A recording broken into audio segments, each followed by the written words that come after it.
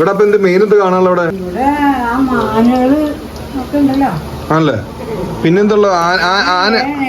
ആണല്ലേ, 7 ആനണ്ടല്ലേ? Hello guys, അപ്പൊ നമ്മുടെ ഇന്നത്തെ പരിപാടി എന്ന് വെച്ചാൽ ആ 7 ആനകളെ കാണാനുള്ള പരിപാടിയായിട്ട് നമ്മൾ വന്നതാണ്. നമ്മൾ വന്നിരുന്നത് കപ്രിക്കാട് എന്ന സ്ഥലത്താണ്. കപ്രിക്കാട് എന്ന് പറഞ്ഞു കഴിഞ്ഞാൽ നമ്മുടെ എറണാകുളം ജില്ലയിൽ പെരുമ്പാവൂർ കോടനാട് അടുത്തുള്ള ഒരു സ്ഥലമാണ് കപ്രിക്കാട്. അപ്പൊ നമ്മളിവിടെ വന്ന ശേഷം നമുക്ക് മാൻ പാർക്കും പിന്നെ ഇവിടെ ഗാർഡനും കാര്യങ്ങളൊന്നും മനസ്സിലായി. ഇങ്ങോട്ടേക്ക് എൻട്രി ഫീസ് ആയിട്ട് മുതിർന്നവർക്ക് 50 രൂപയും കുട്ടികൾക്ക് 20 രൂപയും. ഇവിടുത്തെ പ്രധാന ആകർഷമായ ആനത്താവളത്തിലേക്ക് 500 മീറ്റർ നടക്കാറുണ്ട്. നമ്മൾ തുടങ്ങിയപ്പോൾ മുതൽ കാണുന്ന കാഴ്ചകൾ എന്ന് വെച്ചാൽ വളരെ മനോഹരങ്ങളായിരുന്നു.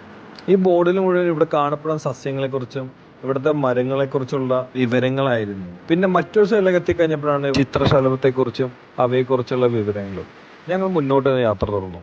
ഈ യാത്രയും ഞാൻ ഒറ്റയ്ക്കല്ല, എൻ്റെ കുറച്ച് സ്കൂൾ മേറ്റ്സുകളുണ്ട്. അങ്ങനെ ഞങ്ങൾ നടപ്പ് തുടങ്ങി കുറച്ചെത്തിയപ്പോൾ കപ്രിക്കാട് മിനിസൂവിൻ്റെ ചെറിയൊരു കവാടത്തെത്തി.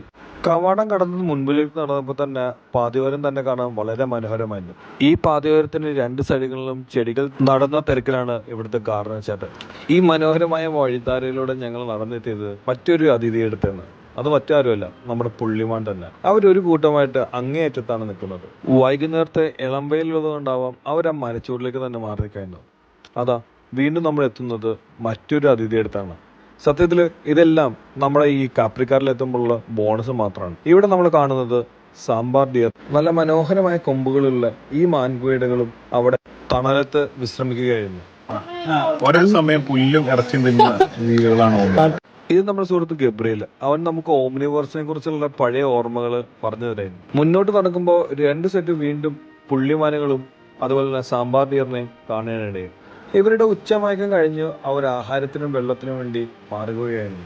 അങ്ങനെ സന്തോഷം തരുന്ന കാഴ്ചകൾ കണ്ടു ഞങ്ങൾ മുന്നോട്ട് നടന്നു. ലക്ഷ്യസ്ഥാനത്തിൽ എത്താൻ കുറച്ചും കൂടി ദൂരം. നമ്മൾ ശരിക്കും കൊണ്ട് യാത്ര ആനക്കൂട്ടങ്ങളെ കാണാൻ വേണ്ടി തന്നെയാണ്. വർഷങ്ങൾക്ക് മുമ്പ് കോടനാട് ആനക്കൂട്ടങ്ങളെ കാണാൻ പോയത് ഓർമ്മയിലാണ് ഈ യാത്ര തിരിച്ചത്. പക്ഷെ കുട്ടിയാനകളെ കാണാനുള്ള മോഹം കൊണ്ടാണ് ഇവിടെ ഓടിയെത്തത്. പക്ഷെ ഇവിടുത്തെ ഏറ്റവും പ്രായം കുറഞ്ഞ ആന 18 വയസ്സുള്ള പാർവതിയാണ്. നമുക്ക് അവരെ കണ്ടിട്ട് വരാം.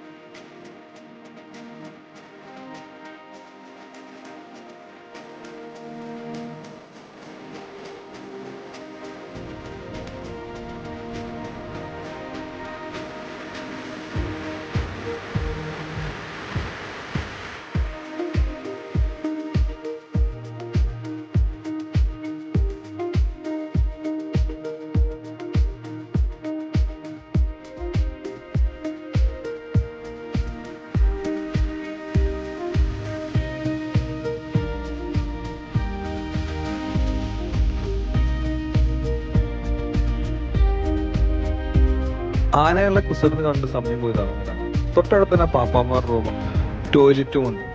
ഞങ്ങൾ മുമ്പോട്ട് തന്നെ നടന്നു.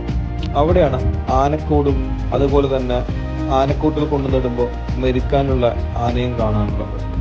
അവൻ അല്പസ്വല്പം തിരക്കിലുമാണ്. എന്നാൽ പിന്നെ അവന്റെ കുസൃതിയും അവന്റെ കുളിയും കണ്ട് അതിന് സമയം ചെലവഴിക്കാന്ന് ഞങ്ങൾ വിചാരിച്ചു. തിരിച്ചു നടന്നപ്പോഴാണ് അവിടെ ചിൽഡ്രൻസ് പാർക്ക് കഫ്റ്റേറിയയുടെ ബോർഡ് കാണാൻ പറ്റുന്നത്. എന്നാൽ അങ്ങോട്ട് നടക്കാമെന്ന് വിചാരിച്ചപ്പോഴാണ് ഞങ്ങളൊരു കൂറ്റൻ ട്രീ ഹട്ട് കണ്ടത്. വളരെ മനോഹരമായിട്ട് 5 പേർക്ക് ഒരേ സമയം നിൽക്കാൻ പറ്റുന്ന ട്രീ ഹട്ടാണ് ഇട്ടത്. ഒരു ആവേശത്തിന് പുറത്ത് ഞങ്ങളും കയറി. തിരിച്ചിറങ്ങി നേരെ ക്യാൻറ്റീനിലേക്ക് വച്ചുപിടിക്കാനുള്ള തിരക്കിലാണ്. അപ്പോഴാണ് ഒരു ചിൽഡ്രൻസ് പാർക്കിനെ കുറിച്ചുള്ള ബോർഡ് കണ്ടത്. നേരെ നടന്നപ്പോഴാണ് വീണ്ടും ഒരു ബാംബു ഫോറസ്റ്റ്.